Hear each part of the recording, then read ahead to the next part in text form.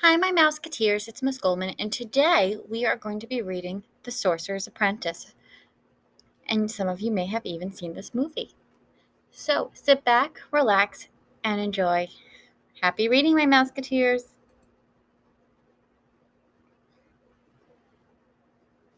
The Sorcerer's Apprentice, written by the Disney Book Group, illustrated by the Disney Storybook Artists.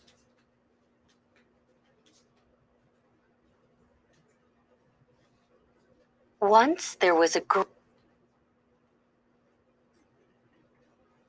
great sorcerer who knew everything there was to know about magic.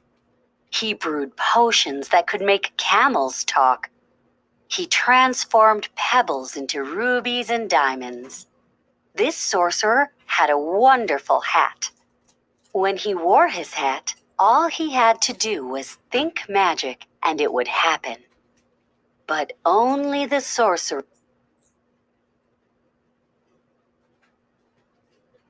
was very busy with his magic, so he needed a helper to sweep the floors, chop the wood, and carry water from the fountain to the vat. His helper's name was Mickey. Even though Mickey did not help with sorcery, he knew about the sorcerer's magic hat and one day, the sorcerer left the castle without his magic hat. Mickey tried to walk away, but the temptation was too great. Mickey looked longingly at the magic hat. Ever so slowly, he reached for it. Ever so gently, he took it off the table. Ever so carefully, he raised it into the air. Ever so proudly, he lowered it onto his head. Finally, he would be a sorcerer too. Mickey saw an old broom leaning against the wall, and suddenly he knew what his first spell would be. Mickey did what the sorcerer always did. He pointed his finger straight at the broom, and the broom began to move. At once, the broom had 2 feet, then a right arm, and then a left arm. Mickey commanded the broom to pick up the buckets, walk up the stairs, and fill the buckets with water. At Mickey's command, the broom brought the buckets of water back and poured the water into the vat.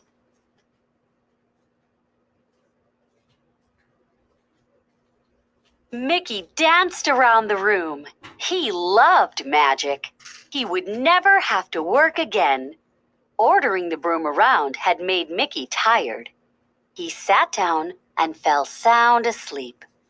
As he slept in the sorcerer's chair, the broom kept working. Mickey dreamt he was the greatest sorcerer in the world.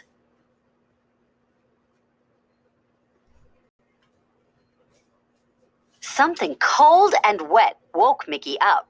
Mickey looked around. There was water everywhere, and the broom kept bringing more. Mickey threw out his hands, commanding the broom to stop. But the broom did not stop. Mickey grabbed the buckets, but the broom held on tight. Wasn't there any way to stop the broom?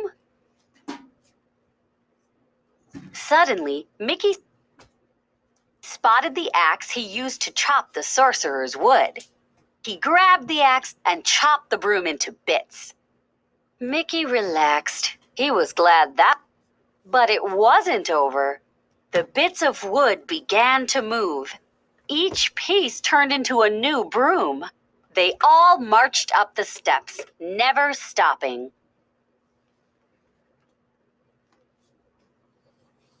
The brooms came down the steps with more water. Mickey didn't understand why the brooms wouldn't obey his order to stop. He was still wearing the magic hat, but the brooms still marched on. Brooms and brooms and more brooms, with buckets and buckets and more buckets. The vat was overflowing. The water was getting.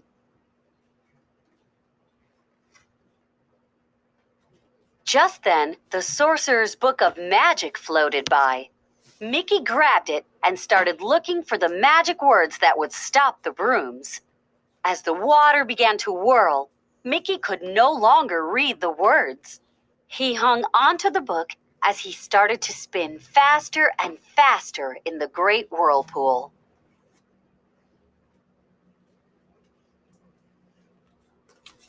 Suddenly, the sorcerer returned. He raised his arms, and instantly the water and the brooms disappeared, except for one. Mickey's old broom and buckets leaned against the wall. The sorcerer frowned down at Mickey. Mickey took off the sorcerer's hat and very carefully and ever so neatly gave the magic hat back to the sorcerer. Mickey smiled shyly at the sorcerer, but the sorcerer did not smile back.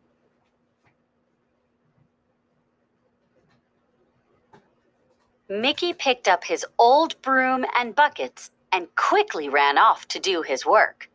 He had learned his lesson. Never start something you don't know how to finish. The end.